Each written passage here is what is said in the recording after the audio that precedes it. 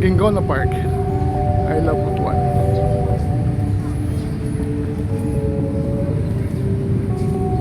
So ito yung pinaka City Hall ng Butuan.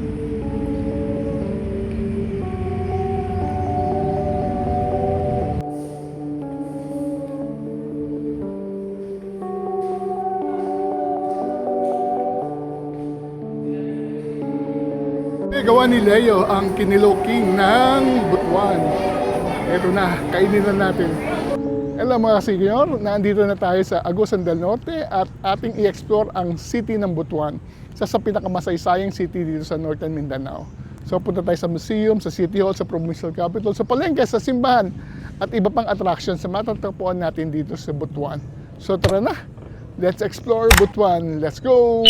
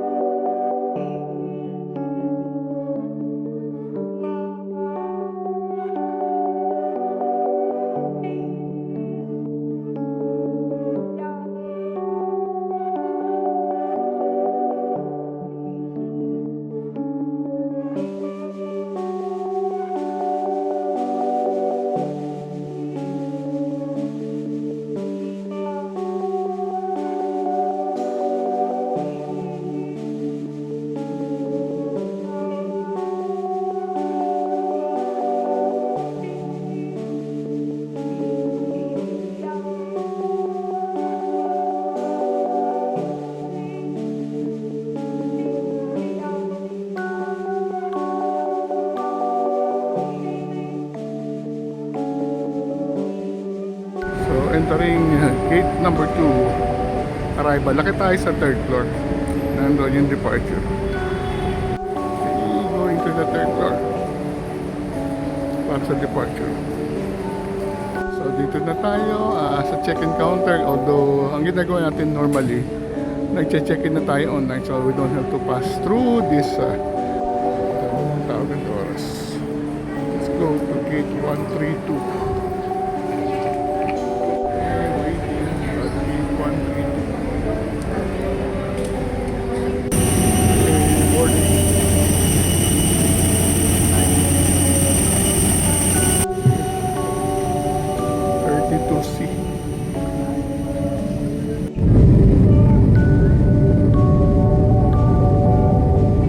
Ladies and gentlemen, we have just landed. For your safety and comfort, please remain seated with your seatbelts fastened.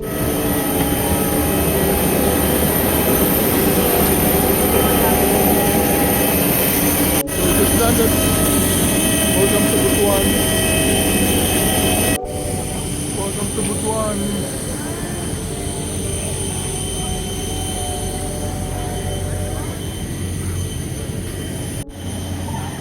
Sarado yung Butuan. Wala naman tayong check-in luggage, so dire-diretso na tayo sa labas. Hey, leaving Butuan Airport. Punta na tayo sa may highway. Sakay tayo ng jeep.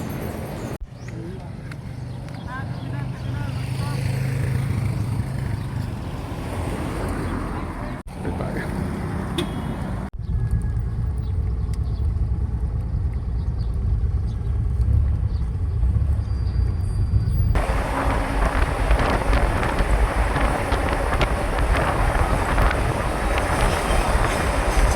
Arrived dito sa Butuan. We just had breakfast sa McDo. Ngayon, let's start exploring Butuan.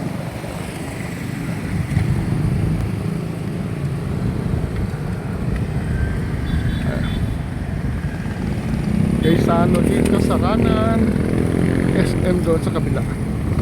Punta tayo sa Kapitolyo. Kapitolyo ang natin pupunta. Lakad tayo dito sa may Gaisano. Pupunta tayo ng Kapitolyo. Ang capital ng Agusan del Norte is Butuan City. So nandito yung Kapitolyo. DepEd.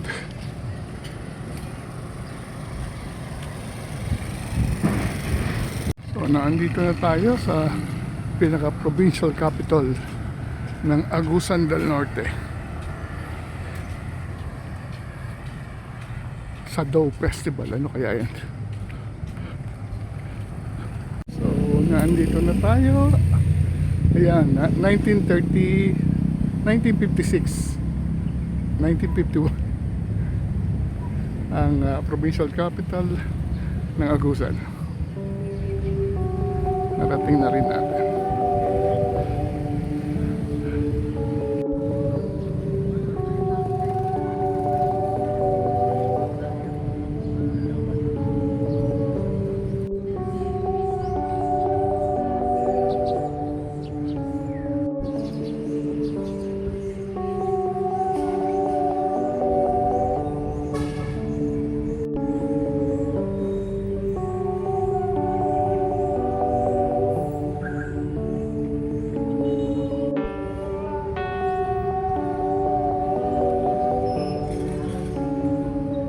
So galing tayong provincial capital at medyo maaga pa para bisitahin ng Balanghay Museum, alas 9. So siguro punta tayo sa may Bansa Ruins. Sakay tayo ng R3 na multicab and then tricycle siguro. So naghintay tayo ng jeep multicab R3. So coded kasi sila, madali lang tuntunin sa merong mapa kung saan gusto pumunta. Nag-SM ka pero SM Butuan.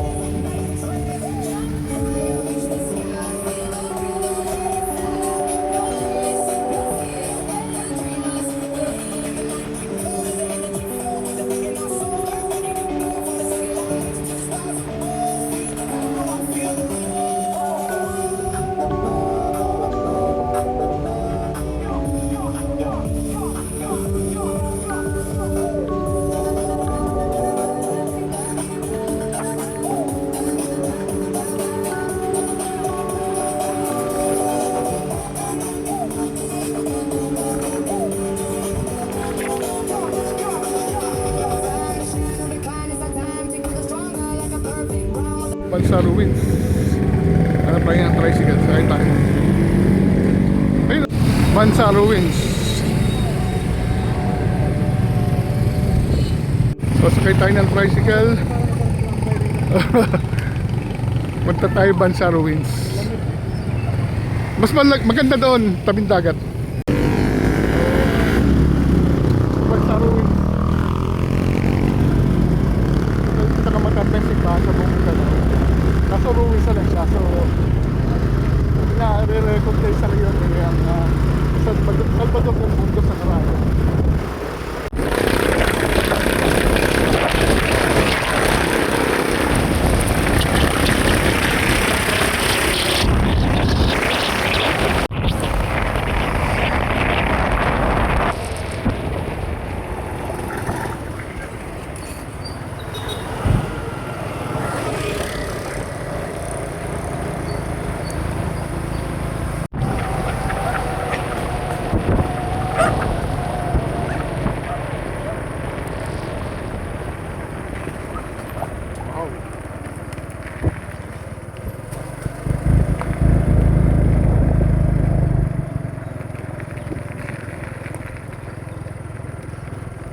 Dito tayo sa Bansa Church Ruins.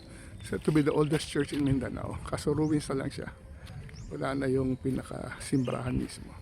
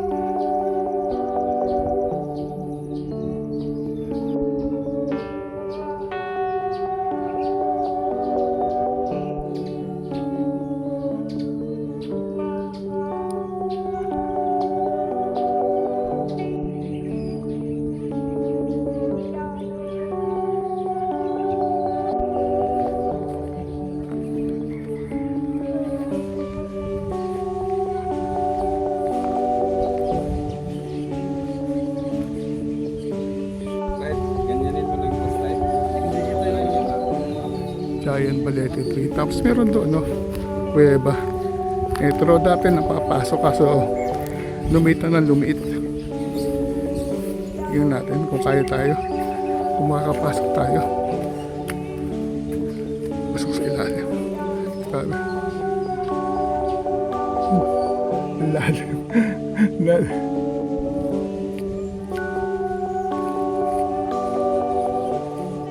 Ng Bansa Church Ruins, punta naman tayo sa bagong simbahan. Ito yung katedral na ngayon dito.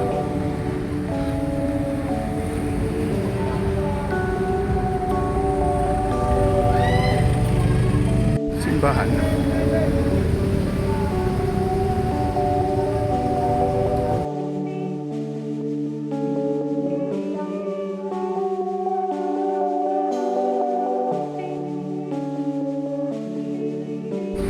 Joseph Cathedral.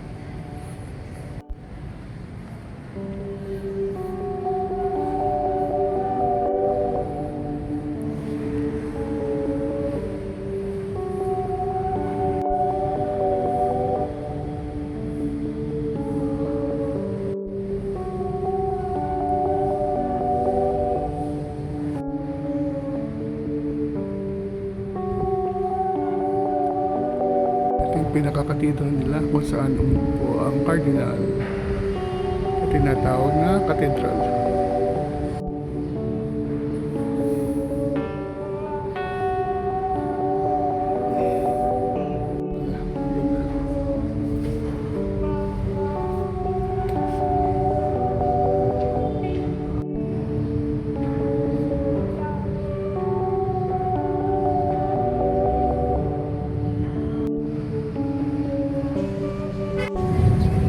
Gingona Park.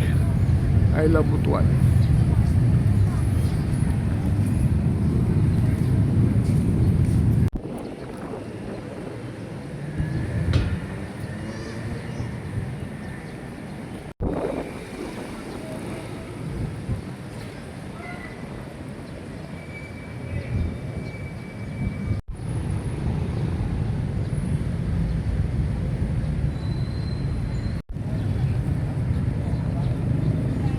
Andres Bonifacio.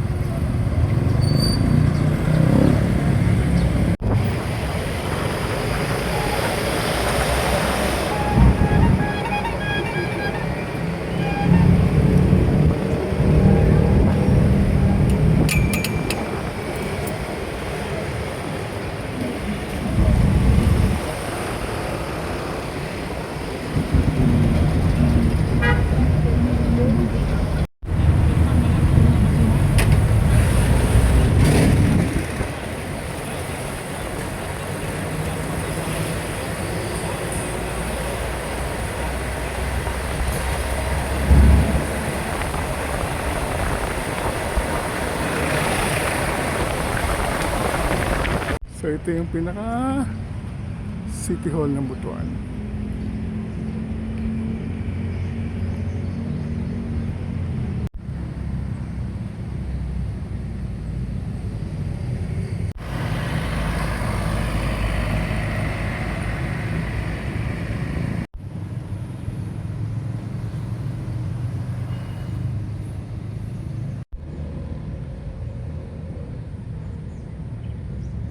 Museum Butuan City. Pasok tayo. National Museum Butuan. Ganda naman ng museum na to. Meron pang lagoon.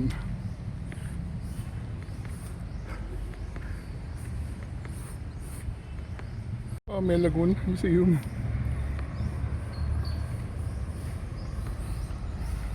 Ito na ang National Museum Butuan. Butuan National Museum.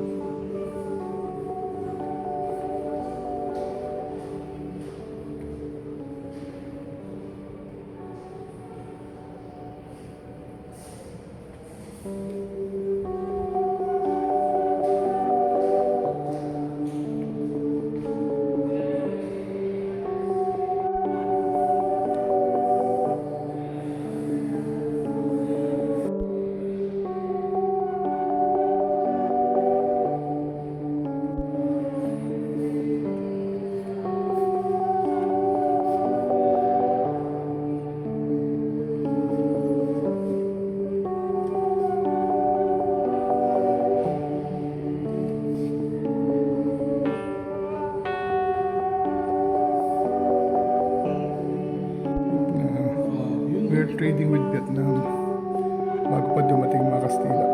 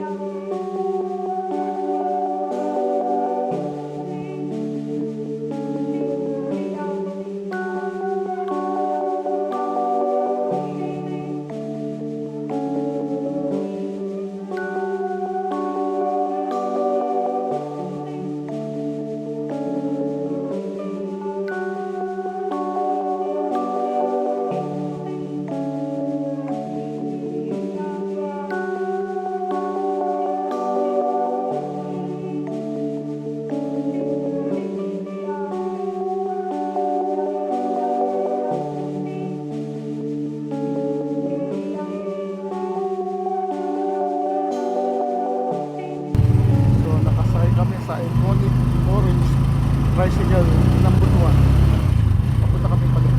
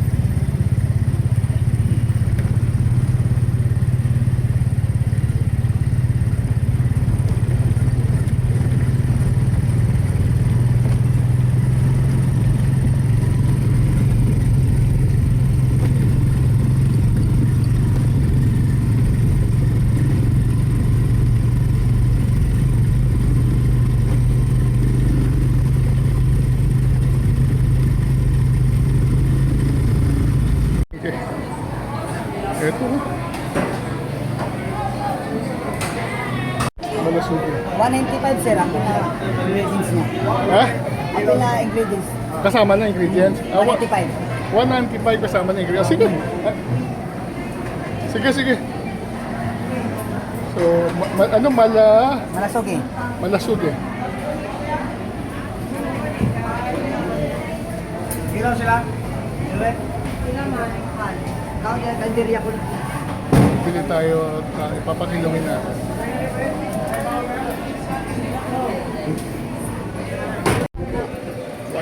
Kasama na ingredients.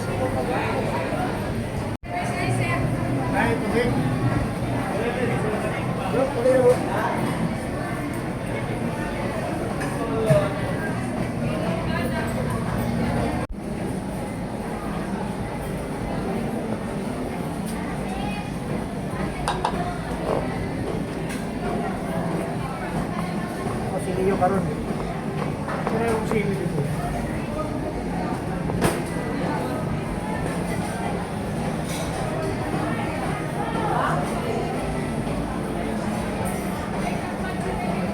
Ito, gagawa sila ng kilawin. Panalo to. Ito ang kilawing Butuan. Yes, yes. Yan ang Kinilaw King diyang dito. Sino to? Kinilaw King. Ito ba si Leo? Oh. Yes, ako to. Ikaw pala. Sinasabi ni Dexter. Now, ano? Si Dexter sa Isuzu. Judge. Dexter sa Isuzu dyan. Ah, Hanapin ko raw si Leo. ako ha. Ikaw pala yun. At ikaw yun na kay, ano, na kay Erwin. Ah, Aaron. Ikaw yun nagawa. Saan ko ba kay Erwin? Ay, dayap talaga, oh. Ito si Leo, ang Kilawin King. Dayap talaga. Ano? Dayap yun talaga? Dayap? Ha? Puro sa dito, Gasong. Ah, okay.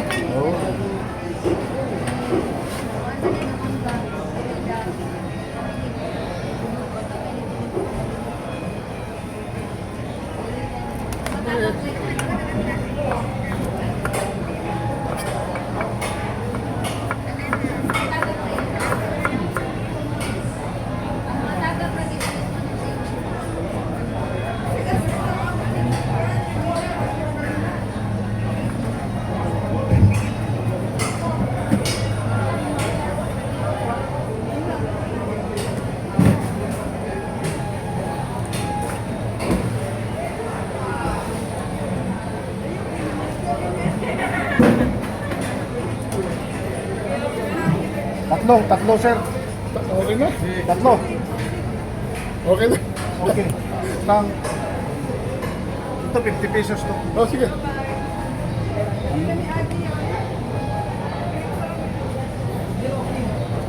Teka, wait. Okay. Yan ang Kinilaw King namin.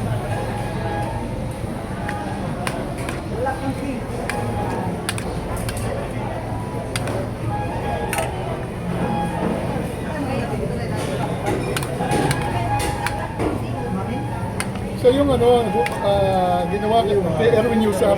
Oh, yes, oh. Oh, Aaron, oh, correct. Tapos ginaya nila, hindi naman masarap yung ginawa nila. Ay, sorry, marinig. Yung kasi ingredients, dito lang meron. Sa Manila kasi. Wala to. Oo. May tanim ako niya kasi madaling mamatay. Sir, ano? Daya. Wala, no? Walang bango. Pero,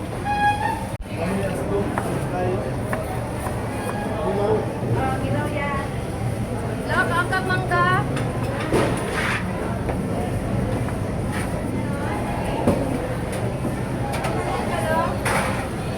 Walang sauce ba?